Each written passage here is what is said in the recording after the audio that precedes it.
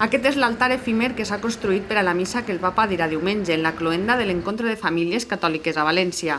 Fa 2.500 metres quadrats i s'instal·larà un potent aire condicionat perquè el papa, els reis espanyols i les autoritats que viran la missa no passen calor. El pont on el construeixen el van tallar ja fa un mes i mig. Los que viven por aquí les ha fastidiado mucho. Por ejemplo, mis hijos que van a la universidad han de dar una vuelta grande, que antes venían por este puente. El cost de l'altar, que es destruirà l'endemà de la missa, es calcula que ha costat de 600.000 euros a 900.000, però això no és més que una mínima fracció de la suma que la Generalitat, la Diputació i l'Ajuntament de València es gastaran en la visita del papa, que va, segons les estimacions fetes, de 20 a 30 milions d'euros, 5.000 milions de pessetes. Una bona part d'aquests diners corresponen a Radio Televisió Valenciana. El director general de Radio Televisió Valenciana li vaig preguntar quan mos té que costar, no? I mos va dir, jo no ho sé. Nosaltres estimem que ells es gastaran i ho estimem seguint els concursos que ha publicat la televisió en el DOG, al voltant de 10 milions d'euros, més el que costarà l'Ajuntament de València, la Diputació, la Generalitat Valenciana. Jo crec que les estimacions de 30 en aquests moments estan quedant fins i tot curtes. La cadena pública, que dedica 100 càmeres a seguir la visita papal, ha subcontratat l'empresa Mediapro per fer-ne la transmissió. La inversió pública també sufraga la instal·lació de 40 pantalles gegantines a la ciutat, de 450 fonts i de 7.000 lavabos portàtils, alguns d'aquests col·locats directament sobre uns jardins de construcció recent. Entre lavabos i altars s'han malmès uns 10.000 metres quadrats de jardins.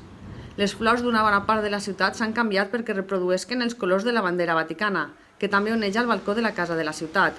I l'alcaldessa ha fet una crida als ciutadans perquè engalanen la ciutat per donar la benvinguda al papa. Jo crec que en aquests moments el govern valencià està fent palès que ideologia, opció religiosa, partit i diners de la ciutadania van en el mateix calaix i nosaltres creiem que això no té que ser així. L'Ajuntament de València no ha volgut fer declaracions a VilaWeb TV. La manca d'informació també abraça a l'àmbit polític. Impossible. Estan tancats en banda perquè, per això dia, quan fan això és que el despropòsit és tan gran que no s'atreveixen ni a dir-ho. Durant el cap de setmana hi haurà a València 9.500 agents dels cossos de seguretat, incloent-hi membres de l'exèrcit. Els botiguers esperen que siga certa la xifra de més d'1 milió de visitants per a poder vendre tots els productes relacionats amb la visita papal. Ara com ara, allò que més han venut són banderes per als balcons.